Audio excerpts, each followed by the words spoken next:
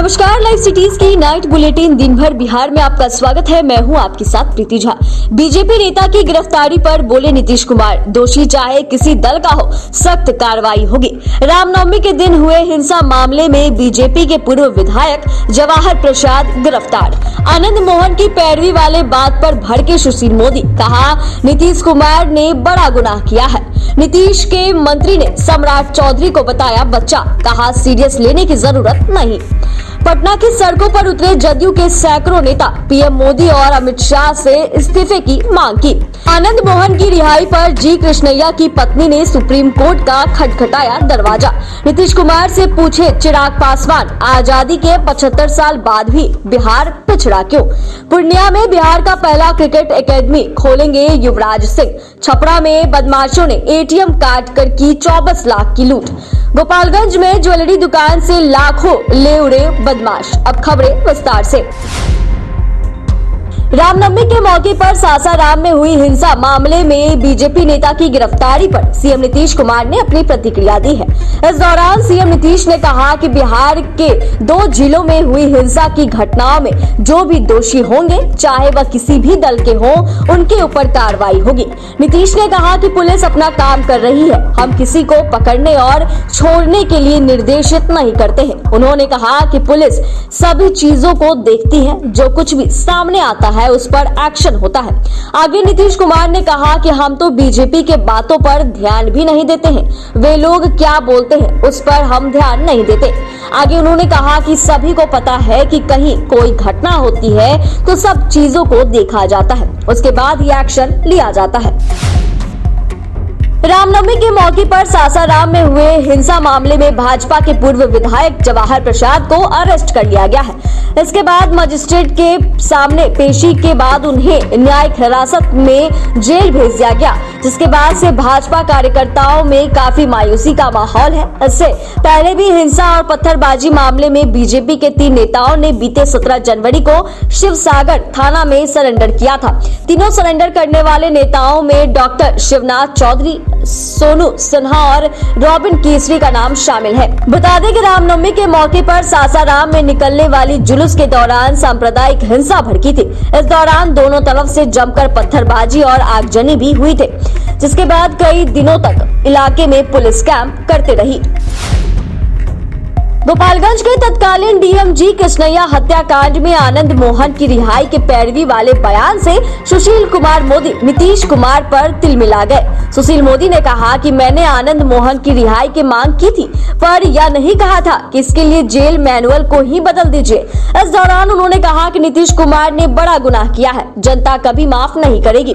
बता दें कि बीते शुक्रवार को मुख्यमंत्री नीतीश कुमार आनंद मोहन के साथ गला मिलाते सुशील मोदी का एक तस्वीर दिखाया। इस दौरान सीएम ने कहा कि सुशील मोदी कल तक उनकी रिहाई के लिए पैरवी करते थे, आज रिहा होने पर विरोध कर रहे हैं, जिसको लेकर महागठबंधन और विपक्षी दलों के बीच वार प्रतिवार का तीर तेज हो गया है।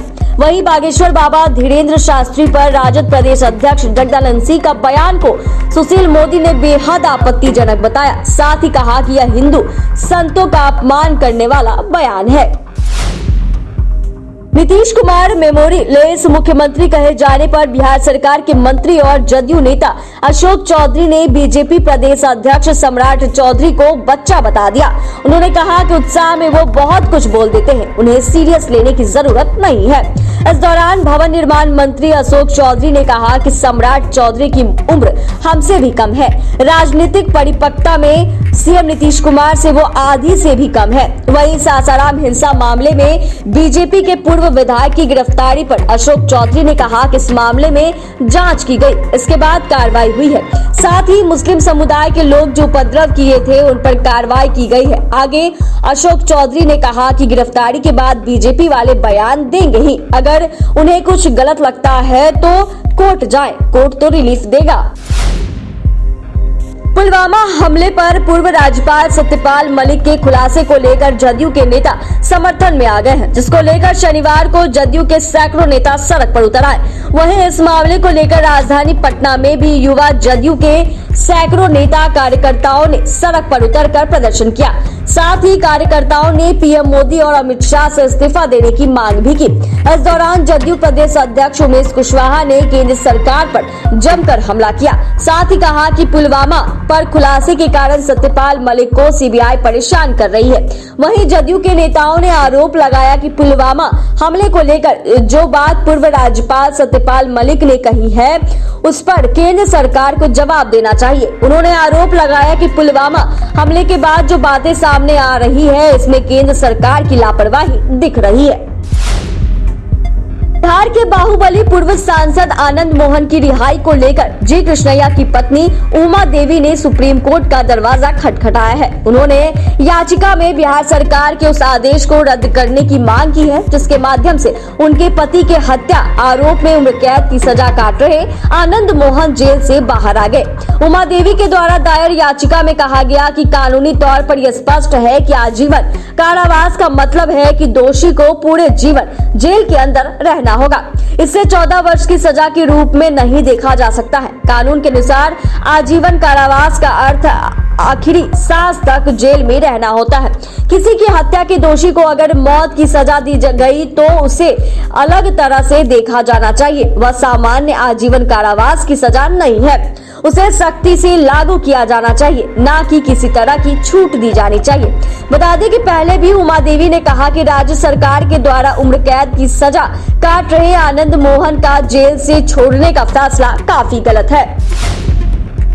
लोजपा रामविलास के नेता चिराग पासवान ने नीतीश कुमार पर बिहार के पिछड़ेपन का आरोप लगाया है। साथ ही कहा कि नीतीश कुमार सिर्फ समाज को बांटने की राजनीति कर रहे हैं। इस दौरान चिराग ने कहा कि 90 के दशक के बाद लगातार लालू प्रसाद यादव और नीतीश कुमार की सरकार है। ये लोग सिर्फ विकास की लंबी लंबी बातें करते हैं। आज भी बिहार का विकास रुका हुआ है और देश के सबसे पिछड़े राज्यों में बिहार शुमार है। जिन युवाओं को नौकरी मिलनी चाहिए वो लाठियां खा रहे हैं। चिराग पासवान ने कहा कि पूरा देश आजादी का अमृत महोत्सव बना रहा है, लेकिन बिहार में अमृत महोत्सव मनाने के लिए क्या है। साथ ही कहा कि क्या बढ़ते पलायन, अपराध और भ्रष्टाचार का महोत्सव बनाए, ये सवाल सरकार से पूछना चाहिए। नीति आयोग की रिपोर्ट में शिक्षा स्वास्थ्य के क्षेत्र में बिहार सबसे पिछड़ी क्यों है। इंडियन क्रिकेट टीम के सिक्सर किंग युवराज सिंह एक बड़ा ऐलान किया है। वह पूर्णिया में बिहार का पहला क्रिकेट एकेडमी खोलने जा रहे हैं। इस क्रिकेट एकेडमी का नाम सेंटर ऑफ एक्सीलेंस या फिर युवराज सिंह क्रिकेट एकेडमी होगा। एक दिवसीय दौरे के तहत पूर्णिया पहुंचे क्रिकेटर युवराज सिंह ने उस चिन्हित स्थान का भी निरीक्षण कर लिया जहां यह एकेडमी स्थापित की जाएगी। इस दौरान युवराज सिंह ने कहा कि इसमें वे खुद भी के खिलाड़ियों को प्रशिक्षण देंगे। ऐसे प्लेयर्स की परफॉर्मेंस मार्किंग के लिए नेशनल लेवल के विशेषज्ञ और कोच समय समय पर एकेडमी में प्रशिक्षण और चयन के लिए आएंगे। इसमें खेलने वाले प्लेयर्स को क्रिकेट की बारीकियों के साथ ही क्रिकेट की गुण सिखाएंगे। छपरा में अपराधियों ने सीबीआई की एटीएम मशीन को निशाना बनाया है, जहां एटीएम मशीन को गैस कटर से काटकर 24 लाख रुपए की लूट कर ली गई है। घटना मशक थाना क्षेत्र के मुख्य बाजार में पेट्रोल पंप के पास की है। मशक थाना से महज 500 मीटर की दूरी और मुख्य बाजार में स्थित इस एटीएम में लूट से पहले 24 लाख रुपए लूट कर लिए गए थे, जिसको शातिर अपराधियों ने काटकर लूट लिया है। फिलहाल पुलिस अपनी मामलों की गंभीरता से जांच कर रही है। पुलिस आसपास के लगे सीसीटीवी को भी खंगालने में लगी है। बिहार के गोपालगंज में आज एक ज्वेलरी की दुकान से कैश समेत लाखों के जेवरात लेकर बदमाश फरार हो गए, जिसको लेकर पुलिस के खिलाफ दुकानदारों में गुस्सा भी देखा जा रहा है। इस दौरान पीड़ित दुकानदार ने बताया कि कुछ बदमाश हमारी दुकान में ग्राहक बनकर आए और फिर मेरे कनपट्टी पर बंदूक रखकर सारे कैश और जेवरात लूट लिए।